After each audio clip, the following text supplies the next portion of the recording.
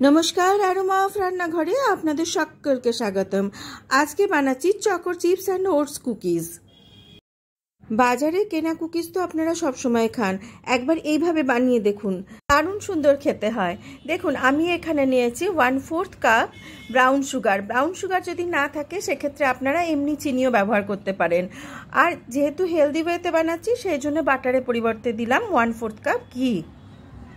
আর একটা হ্যান্ড হুইস্কারের সাহায্যে এভাবে এটাকে কন্টিনিউয়াস নেড়ে যতক্ষণ না সাদা মতন হয়ে আসছে কালারটা ততক্ষণ পর্যন্ত এটাকে হুইস্ক করতে হবে। আমার হাতে সময় কম থাকার জন্য আমি এখানে ইলেকট্রিক যে হুইস্কার বা বিটার আছে সেই বিটারটা দিয়ে ভালোভাবে বিট করছি। যতক্ষণ না পর্যন্ত এটার কালারটা সাদা হয়ে আসছে ততক্ষণ পর্যন্ত কিন্তু এটাকে বিট করতে হবে। মানে এর মধ্যে যতক্ষণ না পর্যন্ত এয়ার ইনকর্পোরেট হচ্ছে ততক্ষণ পর্যন্ত আপনাদেরকে এটা বিট করতে হবে। যখন দেখবেন কালারটা এরকম সাদা হয়ে এসছে তখন জানবেন আপনাদের এই বিটিং প্রসেসটা একদম ঠিকঠাক হয়েছে। এবারে এর মধ্যে মেলাবো আমি 2/3 কাপ বেসন। আমি ময়দার পরিবর্তে এখানে বেসন ব্যবহার করছি। আপনারা ময়দাও ব্যবহার করতে পারেন, তবে ময়দা থেকে বেসনটা আরও বেশি হেলদি। বেসনটা কিন্তু অবশ্যই চেলে নেবেন, কেননা বেসনের মধ্যে অনেক বেশি লাম্পস বা গুটলি থাকে। গুটলি থাকলে কিন্তু কুকিজ ভালো হবে না। হাতে করে ভালো করে চেলে নিচ্ছি। চেলে নেওয়ার পরে এর মধ্যে কি মেশাচ্ছি দেখুন। বেসন চালা হয়ে গেছে। দেখুন এর মধ্যে মেশালাম 1/2 টিস্পুন বেকিং পাউডার, আর এটা বেকিং সোডা 1/4 টিস্পুন দেবো এখানে আমি বেকিং সোডা। দুটোই কিন্তু দিতে হবে, তবে গিয়ে খাস্তা হবে। আর এর মধ্যে পুরো 1 কাপ দেবো আমি রেগুলার ওটস, বা যে ওটস আমরা সবসময় খেয়ে থাকি সেই ওটস 1 কাপ। পুরো 1 কাপ মেপে আমি এখানে ওটস দিচ্ছি। এবারে একটা চামচ অথবা স্প্যাটুলার সাহায্যে সমস্ত উপকরণগুলোকে একসঙ্গে খুব ভালোভাবে মিশিয়ে নিন। খুব ভালোভাবে আগে মিশিয়ে নিন। আর এবারে যেহেতু আমি চকো চিপস কুকিজ বানাচ্ছি সেই জন্য আমি এর মধ্যে চকলেট চিপস ছিল সেই চকলেট চিপস দিয়ে দিচ্ছি। যদি না থাকে স্কিপ করতে পারেন, তার বদলে যে কোনো ড্রাই ফ্রুটস যদি থাকে সেটাও দিতে পারেন। এই চকলেট চিপসটা একবার মিশিয়ে নিচ্ছি। তার মধ্যে আমি একটুখানি দিয়ে দিচ্ছি কিশমিশ। এই কুকিজটার মধ্যে কিন্তু কিশমিশের স্বাদ দারুণ ভালো লাগে। সবগুলোকে আরও একবার ভালোভাবে মিশিয়ে নিয়ে আমি এবারে রুম টেম্পারেচারে রাখা দুধ নিয়েছি। দেখুন 1/2 কাপ দুধ নিয়েছি, কিন্তু খুব কমই লাগবে। অল্প অল্প করে দিতে হবে আর এইভাবে মাখতে হবে। খুব কম কম করে দুধ দেবেন আর আস্তে আস্তে মাখতে থাকবেন। একসঙ্গে পুরো দুধ কখনোই ঢেলে দেবেন না, তাহলে কিন্তু কুকিজ ভালো হবে না। মানে যে খাস্তা যে ব্যাপারটা হয় সেটা কিন্তু হবে না। অল্প অল্প করে ছেটাতে থাকবেন আর মাখতে থাকবেন। যখন দেখবেন এটা একটা এরকম বাইন্ডিং টেক্সচারে চলে আসছে, এরকম লাড্ডুর মতো পাকানো যাচ্ছে, তখন জানবেন আপনাদের কুকিজের যে ব্যাটারটা আছে বা ডোটা আছে সেটা একদম পারফেক্ট তৈরি হয়ে গেছে।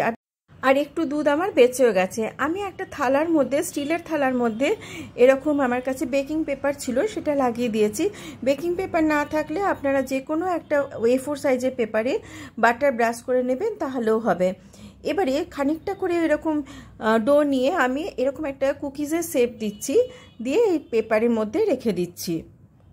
আমি এরকম দুটো থালা রেডি করছি। একটা আমি গ্যাস ওভেনে করে দেখাবো আর একটা আমি মাইক্রোওয়েভে করে দেখাবো। ওভেন ছাড়াও আপনারা গ্যাসের ওভেনেও কিন্তু খুব ভালো কুকিজ বানাতে পারবেন। এবারে আমি এইগুলোর মধ্যে একটু ওপর থেকে চকলেট চিপস দিয়ে দিচ্ছি, যেটা দেখতেও খুব ভালো লাগবে আর খাবার সময়ও খুব অ্যাট্রাকটিভ হবে। আর বাচ্চারা যখন খাবে তখন ওরা তো একদম খুশি হয়ে যাবে দেখে। আমার চ্যানেলে নতুন দর্শক বন্ধু হলে প্লিজ চ্যানেলটাকে সাবস্ক্রাইব করে নেবেন আর বেল আইকনটা ক্লিক করে দেবেন। তাতে নতুন কোনো রেসিপি দিলে আপনাদের কাছে সঙ্গে সঙ্গে নোটিফিকেশান পৌঁছে যাবে। পুরনো দর্শক বন্ধুরা আমার সঙ্গে থাকবেন অবশ্যই। দেখুন দুটো থালাই আমি সাজিয়ে নিয়েছি। এবার চলুন দেখাই কিভাবে এটাকে বেক করব।